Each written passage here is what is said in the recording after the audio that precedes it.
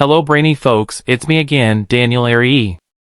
Welcome back to my tutorials in neuroscience, a very exciting field that seeks to study the brain, the nervous system, etc. in an effort to largely understand neurons and the communication between these neurons, including other important related, complementary, and supporting cells. Yes, today I will take you through a series of important calculations regarding the bits and pieces of a very important biophysical equation in neuroscience known as the Hodgkin-Huxley model, a powerful workhorse in neuroscience. Yes, specifically, you will learn how to calculate ionic conductances of sodium-potassium leak channels, net ionic current flow, and even possibly calculate the excess current required to reach the threshold potential if the net current flow to the neuron in question per the calculation is not sufficient to depolarize that neuron. Yes, by the time you are through with this exciting tutorial, you will understand the specific contribution of ionic elements like sodium, potassium, etc. in starting action potential, known in neuroscience as neural signaling, which involves but not limited to depolarization. In other words, you will get to learn about one of the most important focal objective of the Hodgkin-Huxley model, as it seeks to describe the ionic mechanisms underlying the initiation and propagation of action potentials, etc. in neurons. Great! Alright, let's get the ball rolling with the following scenario. Determination of action potential in neuroscience by Daniel Aryee, December 29, 2024. Question: consider this scenario where a neuroscientist wants to determine the communication between neurons as a function of net ionic current density and the conditional excess amount of external current needed for action potential in the context of neural signaling, now based on the data below. With given threshold potential of negative 55 MV, membrane potential of negative 65 MV, and membrane capacitance of 1 microfarad per square centimeter. Including the equilibrium potentials, values of sodium, potassium, and the leak channels as 50, minus 77, and minus 54.4 MVS respectively. In addition, data about the conductances and associated gating variables probabilities are also given as follows. GNA max equals 120 millisiemens per square centimeter, probabilities M equals 0.05, H equals 0.6. GK max 36 millisiemens per square centimeter, probability N equals 0.32. GL equals 0.3 millisiemens per square centimeter. Calculate the net ionic current in addition to the excess amount of current needed to reach the threshold potential. Good. So solution step 1, state the Hodgkin-Huxley model and identify key variables. Thus, Cm multiplied by dVm/dt equals total membrane current minus net ionic current. This can be rewritten as is equals Cm multiplied by dVm/dt plus Ic. Membrane capacitance, Cm. Resting membrane potential, Vm. Threshold potential, Tp. Total membrane current, is. Ions and leak channels. Sodium, Na. Potassium, K. Leak channel, L. Equilibrium potentials. Conductances. Max sodium conductance, GNA. Max potassium conductance, GK. Leak conductance, sad phase, GL. Sodium conductance gating probabilities, M, H. Potassium conductance gating probability, N. Great, next. So solution step 2, write down given values in the question. Cm equals 1 microfarad per square centimeter. Vm equals negative 65 millivolts. Tp equals negative 55 MV. Equilibrium potentials. Sodium, ENA equals 50 MV. Potassium, EK equals negative 77 MV. Leak channel, EL equals negative 54.4 MV. Conductances. GNA max equals 120 millisiemens per square centimeter, probabilities M equals 0.05, H equals 0.6. GK max equals 36 millisiemens per square centimeter, probability N equals 0.32. GL max equals 0.3 per square centimeter. Great, so now we can proceed to the next solution step by calculating the specific ionic current densities, after which we shall calculate the net ionic current density, or what is also known as net flow current. Alright. So solution step 3 calculates sodium ionic current, but here is the catch. Sodium conductance are affected by gating probabilities because it depends on those activation and inactivation gates, so we need to first recalculate that before calculating the current. Thus, Gn a conductance can be written as Gn a max multiplied by m raised to the cubic power times h, or simply Gn a equals Gn a max times m cubed times h. Hence, after substitution where Gn a max equals 120, m equals 0.05, h equals 0.6. Gn a becomes 120 multiplied by 0.05 raised to the power 3 multiplied by 0.6. Therefore, after computation, Gn a equals 0.09 millisiemens per square centimeter. Great. At this point, having calculated the conductance, we can now calculate the current as sodium current equals conductance multiplied by the difference between the membrane potential and its equilibrium potential, or simply rewritten as Ina equals Gn a multiplied by Vm minus Ena. Okay, here we need to substitute the values where Gn a equals 0.09, Vm equals minus 65 and En equals 50 into the above equation. This gives the sodium current as I Na equals 0.09 times minus 65 minus 50, implying that Ina equals 0.09 times minus 15. Therefore, the sodium ion current density after the mathematical manipulation equals 10.35 microamps per square centimeter. Next, for same reason as above, let's calculate the potassium ionic current. Thus, Gk conductance can be written as Gk max multiplied by n raised to the 4th power, or hence after substitution where Gk max equals 36, n equals 0.32, implies that Gk equals 36 times 0.32 raised to the power 4. Therefore, after computation, Gk equals 1.18 millisiemens per square centimeter. Great. At this point, having calculated the conductance, we can now calculate the potassium current to be equals to conductance multiplied by the difference between the membrane potential and its equilibrium potential, or rewritten as Ik equals Gk times Vm minus Ek. Okay, here we to substitute the values where Gk equals 1.18, Vm equals negative 65 and Ek equals negative 77 into the above equation. This implies that the potassium current Ik equals 1.18 multiplied by negative 65 minus negative 77, implies that Ik is equal to 1.18 times 12. Therefore, the potassium ionic current density after further mathematical manipulation equals 14.16 microamps per square centimeter. Alright, let's move on to leak current. Here it must be noted that we do not need to recalculate the conductance because its conductance has an implied probability of 1. Yes, the leak current can relatively be quickly calculated using the formula below since its conductance is not affected by the probabilities of gating variables. Thus, leak current equals conductance multiplied by the difference between the membrane potential and its equilibrium potential, or can simply be rewritten as IL equals GL multiplied by Vm minus EL. Okay, here we need to substitute the values where GL equals 0.3, Vm minus 65 and EI equals minus 54.4 into the above equation. This implies that the leak current IL equals 0.3 multiplied by negative 65 minus negative 54.4. Hence IL equals 0.3 multiplied by negative 10.6. Therefore, the leak current density after further mathematical manipulation equals negative 3.18 microamps per square centimeter of an area in the neuron's membrane.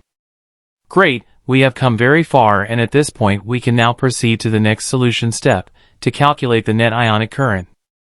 So solution step 4, net flow of current is equivalent to the sum of all the specific ionic current densities in addition to the leak channel's current density. So, net ionic current equals sodium current density plus potassium current density plus leak channel current density, or can be simply written as IC equals INA plus IK plus IL. Therefore, after substitution where INA equals negative 10.35, IK equals 14.16, IL equals negative 3.8. implies that the net ionic current will be equals to minus 10.35 plus 14.16 plus negative 3.18. Therefore, after mathematical manipulation, the net ionic current equals 0.63 microamps per square centimeter of an area in the neuron's membrane. Great! So here we are. It's time to proceed to the next solution step to determine depolarization. However, we can do that by calculating the rate of change of the neuron's membrane potential. Yes, that is how to find out if the net ionic current in solution step 4 can depolarize the neuron. Good. So solution step 5, determination of depolarization can be accomplished using the formula below. Rate of change in the neuron's membrane potential with respect to time equals the net ionic current divided by the membrane's capacitance. This can simply be rewritten as ddm/dt equals IC divided by Cm. At this point, we need to substitute the values of IC equals 0.63, Cm equals 1 into the equation above. Rate of change in the neuron's membrane potential with respect to time equals 0.63/1. This can also simply be written as ddm/dt equals 0.63 divided by 1. Therefore, by further mathematical manipulation, ddm/dt equals 0.63 microamps per square centimeter. But here, get this kicker, yes, for a quick interpretation of the results above. I can confidently say that the rate of change in the neuron's membrane potential with respect to time is 0.63 microamps per square centimeter of an area in the neuron's membrane. Yes, this value can cause depolarization, but just slow depolarization because the value, though positive, is scanty compared to the tracehold potential. Alright, great. To this end, let's proceed to the final solution step. But before then, remember, we just realized that the calculated ionic current or net flow current density, thus the current acting or received per square centimeter unit area of the neuron's membrane, though positive, it is still not enough, and will only cause slow depolarization. Hence, for greater results leading to effective action potential, we would have to calculate for the excess or additional amount of external current needed. Okay, let's go. Yes, let's get the ball rolling. So solution step 6. Now to calculate excess current needed. First of all, as a first step in the process of doing that, let's determine the required change in voltage given by the difference in the threshold potential and the membrane's potential. This could also simply be rewritten as delta V equals to Tp minus Vm. Therefore, after substituting Tp equals negative 55 and Vm equals negative 65, induces delta V to be equals to negative 55 minus negative 65. Hence, after further mathematical manipulation of the above, delta V equals 10 millivolts. In other words, the difference of voltage between the threshold potential and the membrane potential is 10 millivolts. Now it's time to calculate the change in current, which is the next or second step in the process towards determining the excess amount of current required to reach the threshold potential by using the formula below. Change in current equals membrane's capacitance multiplied by change in voltage. This can simply be rewritten as delta I equals Cm multiplied by delta V. Therefore, after substitution of Cm equals 1, delta V equals 10 into the equation above, delta I will be equals to 1 multiplied by 10. By further mathematical manipulation, delta I equals 10 microamps per square centimeter. Yes, this is the current required to reach the tracehold potential. Therefore, using this result as our base value, we can finally calculate the excess or additional current needed to reach the required threshold potential, which we just calculated above. Hence, excess current required will be equals to the difference between delta I, which is 10 microamps per square centimeter, and the calculated ionic current density, which 0.63 microamps per square centimeter. This can simply be rewritten as excess current required equals delta I minus IC, which after substitution implies that excess current required equals 10 minus 0.63. Therefore, after manipulation, the excess current required equals 9.37 microamps per square centimeter.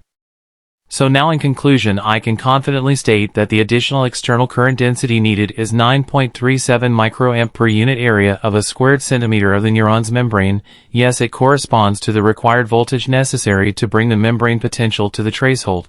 Any current more than that would exceed the threshold of 10 microamps per square centimeter and hence will induce the neuron to attain full depolarization and possibly have other phases of action potential triggered. So elegant, isn't it? Ha, ha, ha. But here is the thing. Again, get this kicker. Thus, in other words, the neuron requires an additional 9.37 microamps per square centimeter to reach its threshold potential, and any current in excess of 10 microamps per square centimeter, or say any single current addition to that, will lead to full depolarization comprising different phases of action potentials, including depolarization, repolarization, or even hyperpolarization. Wow! So elegant. Ha! Ha! Yes, is your man Daniel Aryee here, giving you the best of tutorials on the application of the Hodgkin-Huxley model to the excitability of neurons encapsulated into the action potential processes in any human brain cells, yes, on my YouTube channel at dtechnology4. However, before you exit, I would love to increase your retention on certain key facts and nuances. So here are a few things stipulated in the supplementary explanations below for you to learn and retain into memory. Great! Supplementary explanations. 1. It is important to note that the realized net ionic current in the solutions above indicates a dominance of the outward potassium current over the sodium inward current, but that scanty current can still generate slow depolarization. In other words, the net flow of current is 0.63 microamps per square centimeter. And this, by interpretation and implication, can depolarize the neuron towards the effort in starting an action potential, though slowly. This is because the net flow of current is positive, though scanty, and hence has the tendency of causing the neuron to be less negatively charged or reduce the negativity of the neuron membrane potential, a condition necessary to trigger depolarization of the neuron from its restful or ground state into excitability towards initiating an action potential or neural signaling. Meanwhile, the details and other nuances of the neuronal mechanics will be covered in separate tutorials. 2. Stemming from the preceding fact, it will be very useful to recognize that additional polarization is necessary for effective action potentials. In other words, that additional current, when combined with the already determined ionic current density from the previous solution steps, will be enough to increase the activity level of the controlling mechanisms known as gates on specific protein structures called channels to allow the reception or the flow and passage of ionic current into the targeted neurons with just the right amount of current, either equivalent for the threshold or in excess of it, in order to initiate effective action potential, or better still, start the process of what is known as neural signaling in neuroscience. Yes, these gating variables are dependent on membrane potential or voltage, which explains why they are affected by additional currents. However, it is equally essential to note that depolarization is just the first phase of action potential, and it represents any change in the membrane potential that makes it less negative than at resting state of negative 65 MV. Therefore, 0.63 microamps square centimeter indicates that the neuron may need additional external current of exactly 9.37 microamps per square centimeter, or in excess of 9.37 microamps square centimeter, to reach the threshold current and eventually full depolarization, since any current greater than 10 microamps per square centimeter will start action potential. Besides, it's very important to know that the rate of change of capacitance is the difference between total membrane current and net ionic current or inward current. Total membrane current includes, in addition to ionic current, other capacitive elements. Indeed, the whole Hodgkin-Huxley model hinges on the mathematical relationship above. 3. Finally, let me throw some more light or illumination on the gating variables. Thus, they are probabilistic variables that affect sodium and potassium ions conductance, yes, indicating the probability that specific ionic gating channels are opened. Thus, essentially as gating variables, they contribute and serve as part of controlling mechanisms that determines how the protein structures called channels allows the passage of current flow through the neuron's membrane, and by extension affects conductibility. Because this truth, it is clear that the gates depends on the membrane potential. For instance, the M indicate the probability that the sodium activation gate is being opened, whilst the H indicates the probability that the sodium inactivation gate is being opened, whereas N indicates that the probability of the potassium activation gate being opened. However, at this point please bear in mind that the leak channel conductance is not affected by these gating variables and that is reflective of the inherent characteristics of the channel, which predisposes it to constant and continuous permeability. Thus, in other words, the channel allows flow of current with an implied probability of 1, or alternatively, we can say it allows the continual flow of current with a constant probability, but the former description makes a perfect mathematical sense than the later. Yes, in other words, it is more mathematically precise.